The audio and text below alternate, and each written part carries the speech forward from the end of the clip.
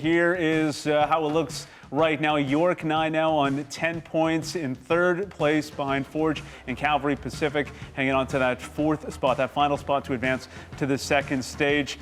Joshua, come to you first. What does this mean for York9 as they continue to progress in this tournament? Yeah, when coming into this match, I almost expected York9 to really kind of put on the gas a little bit, knowing that goal differential is going to be so important when we look at the top of the table.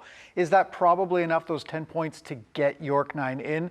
Looks like it now. But you see all those teams kind of clump together with that +2 goal differential. So I almost expected York to, again, just lay it on, knowing how important that's going to be. That didn't happen tonight. You do wonder if, in the long run, that's something that could, play out, that could make a difference over the next week. Marcus, do you think they needed to chase goals in this game? I think so. I think they lacked a little bit. Like Josh said, you could have pushed a little bit more against an Edmonton team who was basically just on their last legs, looking to try to get a positive result. Yeah. But they were a little bit sluggish. But professional result. Yeah, they got the win. Yeah, and they got the win because of Manny Aparicio scoring a set-piece goal, a direct free kick once again. And it looked like he set up the keeper with this one as he went near post in his previous two opportunities. We'll get a look at those ones now. Well, we'll look at the one against Halifax where he goes near post, top corner. That's as good as it gets. Absolutely gorgeous. And then it goes the other way. Maybe crossed up the keeper on that one.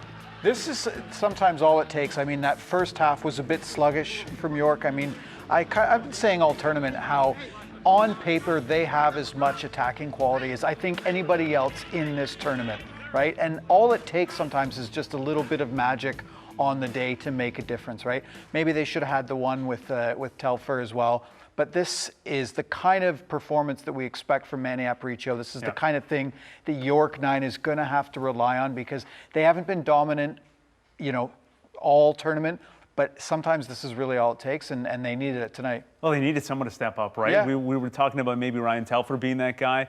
Jody Chiara out. He has 3 goals with the team coming into this game. Manny Aparicio stepped up in a big way for his team tonight. What did you notice from him? You said it wasn't just a goal, but he was active throughout this game. Man of the match performance for Manny Aparicio. Did his job, came in and was just excellent. Covered a ton of ground. I don't know how many kilometers he traveled today, but he definitely put in his shift. And the goal was just a cherry on top. It was almost like a PK. I think maybe someone was watching a little bit too many of the highlights over the last couple of games, but he went to the left side over the wall against Halifax, obviously against Forge.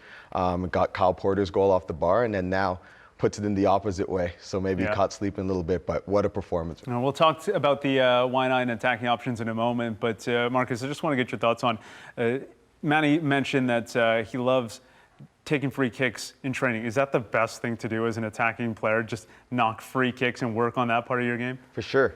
You definitely want to get the reps in. You definitely want to make sure it executes in a game, and he's been working on it. You can tell. He told us he worked with a couple of his coaches over the last couple of days, so he's doing his thing. He's converting on them, so just continue doing that, man. You're playing well. Yeah, now they've been great on set pieces, corners, those free kicks, Di Chiara converting from the spot and the penalties as well, but they haven't created a whole lot in open play. What have you noticed from them when you see them in open play, Joshua?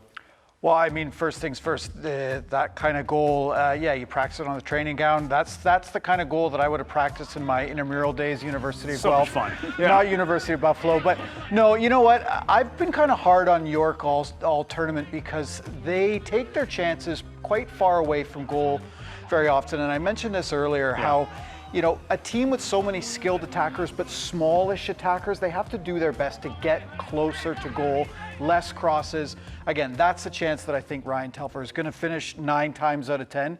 But for me, when we start to see that interplay, we start to see what York is really possible of. Because again, so much talent on paper, but they just haven't come together in that cohesive manner that I'm sure Jimmy Brennan kind of, and as Manny Aparicio kind of hinted at, they haven't come together in the way that they probably thought they would by the 6th game of the tournament. That's why I think this game upcoming against Cavalry is going to be so exciting, because you have a Cavalry team that's starting to stumble a little bit, haven't figured out their 11. And the same thing goes for York, right? If Jimmy Brennan gets all his players back and they're healthy and they have all these attacking options, what do you do next, right? Who's his best 11? Because again, they look like a playoff team, but that cohesion just isn't there yet. It hasn't been there consistently throughout the tournament. So again, a lot of choices for Jimmy Brennan to make, but positive signs here, just that when he needs that attacking magic, he can get it. Yeah, so why is that, Marcus? Why do you think they're not creating better chances up front, and the continuity up front just isn't there? Yeah, I think it's a little bit of inconsistency amongst the players. As Josh mentioned, you don't have your full squad in right now. You could see Diaz started up top, and then when he got subbed off, Ryan Telfer moved into the target position. So it's just not consistent. Edmonton, you know Easton Ongaro is going to be up top. You know he's going to be your number 9 up there. So I just think, and now Abzi had a great performance on the left wing today, but that's not his normal position. So I think as they get guys at full strength, they'll start to see the interplay, attacking to goal, maybe less crosses, less shots from distance, and more finishing final passes in the final third. I mean, there could be a benefit to this, right? If you're Jimmy Brennan, maybe you have enough of a sample size to say, here's what I like, here's what I don't like, because he's been moving players around like we saw today. He's been putting players maybe in a bit of, unnatural positions at time. And I think as a manager, that's something you have to try when you have enough confidence that you're going to get across the finish line, which means getting into the playoffs. And I mean, I was asking questions about York 2 or 3 games in, asking if it was time for Jimmy Brennan to panic. Obviously not, because he knows there's enough depth in his attack that he can kind of, mix and match and put your pieces together and see what fits. And I just wonder if he has an idea about what fits now, because they're going to need more than just a free kick on the day to get by the Pacifics and the Forges, as they go deeper into this tournament.